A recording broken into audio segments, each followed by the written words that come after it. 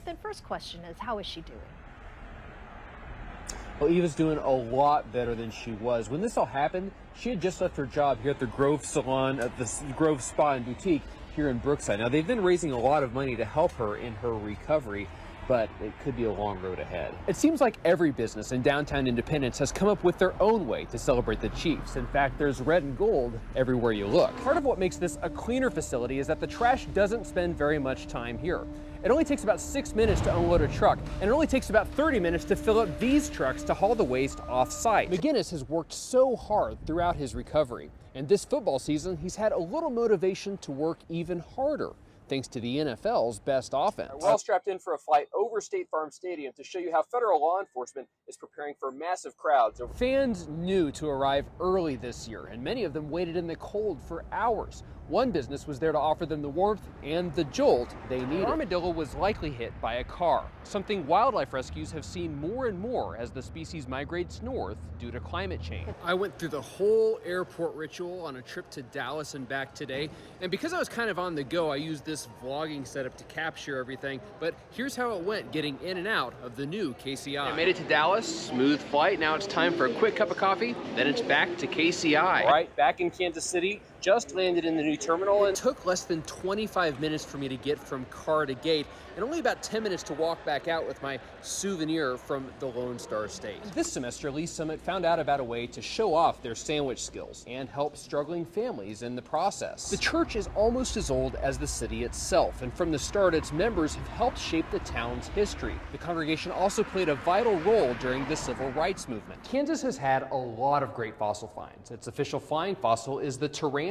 The state aquatic fossil is the mosasaur, but there's never been one named as the official state land fossil. This is kind of just a little bit of a peek of what's coming. I mean, we have some of the branding down, we have the nice Kansas City logo out, but there's a lot more in the works. Today we got to look at some of the people who are going to be overseeing this World Cup rollout and what's going to happen over the next 3 years. Hey Carolyn, yeah, we're on the streetcar. This would be some kind of a project much bigger than the streetcar. Think hundreds of miles of track. It's difficult to find any lodging in KC for the draft, and that includes Airbnb. According to the app, there are very few places left. Some people started booking months out. This was quite the storm. If this rain gauge on the Park University campus is accurate, they got more than a half an inch of rain this morning. And then, as you mentioned, the clock tower up there on McKay Hall was hit by lightning. And when that strike happened, the entire campus felt the boom. All right, I'm going to start my stopwatch out here because time is of the essence this MLB season. The league is implementing a pitch timer. So they want you to take about 15 seconds in between throws when there are no runners on base. But if there are runners on base, it's 20 seconds in between throws. And the reason the league is doing this is because they want to try to pick up the pace for these long 9-inning games. Thieves searching for copper will often go up to utility lines searching for materials. A little bit of sunshine today helps Johnson get to some of those bare patches that still need sod or seed. He's hoping the weather will keep cooperating over the next few days, giving them more time to make progress. The messages continued for months, and so did the demands for money. They asked for it via Cash App and then Bitcoin. Eventually, he says they got his bank account info. No one likes feeding the parking meter, but Kansas City has a lot of free parking spaces still. Of course, that could change as districts like the River Market draw more and more visitors. This is an extremely challenging ride. There's no shade here in the parking lot. It's sweltering, and they have hundreds of laps left ahead of them. Casey's Pizza is the best. In the past, some people have looked at Casey's as a rural brand, kind of a small town thing. But as the company's been growing, that's been changing. Yeah, the business here is Perfect Touch Auto and Body, and he says they do host some private events. They have these signs up that say members only, but he doesn't think of this as a private club. In fact, he says he had a lot of guests and even family members who were impacted by Sunday's violence. Last fall, the county told us that this was supposed to be open around Memorial Day, but it's been taking a while. And while there have been some other great improvements out here to this boat ramp area and some other places in the park, some people have been frustrated that that new marina isn't open yet. This has been a national conversation about whether we should cancel student loan debt.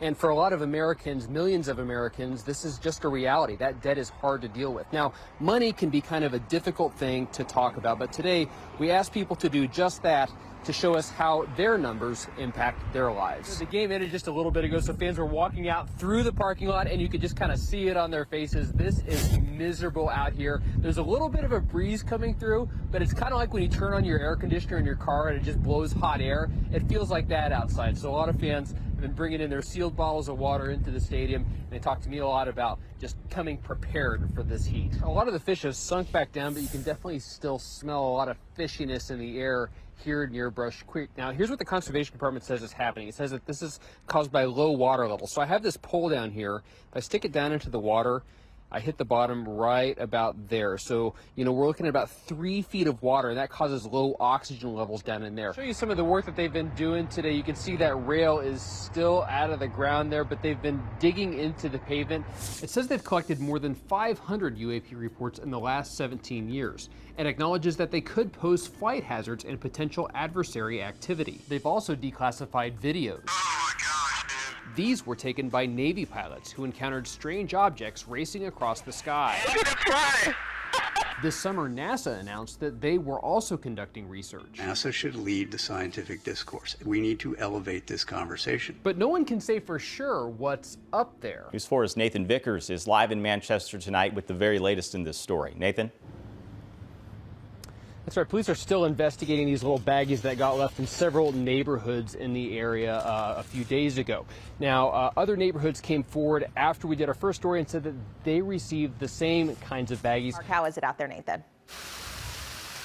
That's right. You know, I put in a hard day's work today, and so when I saw this splash fountain at Tower Grove Park, I thought, I'm just going to roll up my pant legs and dip my own toes in. But this is just really nice right here. These kids kind of had the same idea, coming in and splashing in the water and playing. Are you guys having fun? Yeah, you guys are having a lot of fun. But throughout the St. Louis area, people are finding their own ways to deal with the heat. The inside of this church was completely gutted, but if you look back there at that old brick, it's still very much intact. What do you like about the Gateway Cup? What makes this race special? I mean, you can see these houses right here around the park. Well, the city's been boarding this up, and people seem to be finding a way inside regardless. They come in and they pry this off, and then they go inside. And some of the people in the area, some of the businesses and people who live around here, they're pretty frustrated by what's happening inside. Well, luckily, that firefighter only had a minor injury to his hand, but vacant buildings like this one are something that the city deals a lot with. They put a lot of time and resources and money into dealing with incidents like this. Morphing is kind of a good way to describe this. There's actually a couple of new places right here in the West County Mall. So you have this couch store here, you have Offline, which is kind of a activewear brand, and then on down the hallway you have an Aldo that just reopened. So nationally there's people starting to kind of come back to malls. You've probably noticed these tents popping up outside City Hall. These people say they're protesting some of the city's policies on housing. Now, some of the shelters in town and other organizations that support these people, they say it's currently too difficult to create a shelter because of that petition requirement. One time there were more than 30 people camped out on the lawn of City Hall here. Now there's just some barricades up, signs saying that the park is closed, and a lot of those people have been connected with services that the city says are designed to keep people out of situations like this one. Someone's been scrubbing away at the side of this apartment building here. You can still see a little bit of what's left, but this is one of a couple different spots on this street that got hit. And of course, this is all happening as tensions in Israel are escalating. Neighbors told us the thieves pulled up a car in the middle of the night, then threw a rope around the tops of the columns, pulled off the statues, then drove away. This is a vacant lot right here just off Del Mar. It's, you know, got all the signs. It's overgrown. It's not really doing much, but it's about to be transformed. It's one of several projects that's getting some help from the state and federal government to help boost urban agriculture. A spokesperson for DoorDash told us that they want people to feel safe when they're ordering food or groceries on their app. They say they have background checks and some other safeguards in place, but people out here at these apartments have some concerns about the way they're ordering food, especially after what happened to one of their neighbors. Well, the Highway Patrol says this is not an issue of visibility. Even as the sun's setting, if you look back there, you can see those cones. You can see the big arrow warning people to get over. That lane is clearly blocked off. We found out that there are several different parties involved in this mess. For example, Eubank Storage owns this property where much of the mess seems to be and where they've been doing construction work to secure the building. They also own this property across the tracks where a fire destroyed a building last year. Coincidentally, a few pieces of debris appear to be Christmas decorations, but the Polar Express says it's not theirs. The railroad is responsible for the area in and around its right-of-way, and the city itself has some vacant property along the tracks too. Well, this is a busy stretch of road. Kings Highway has a lot of cars, maybe thousands going by here every day. And there's also been a lot of development around here in the Grove and Forest Park Southeast, but you never know that to look over here at buildings like this one. These 7 buildings are all crumbling, and they've been a frustration for people on this street for years, and they're hoping that whatever's coming next will look better than that. Well, there's certainly a lot of frustration here, but there are also a lot of people focused on the immediate needs of the bar. And today they've totally transformed the front from what we saw last night. They've put up plywood all around it. They've secured it to keep people from getting in and to keep the cold air from getting in as well. They say they want to be a source of support no matter the circumstances. This left behind quite a mess. I mean, look at all of this. The fire department described this as a hoarding situation. They say it actually made it more difficult for them to fight that fire.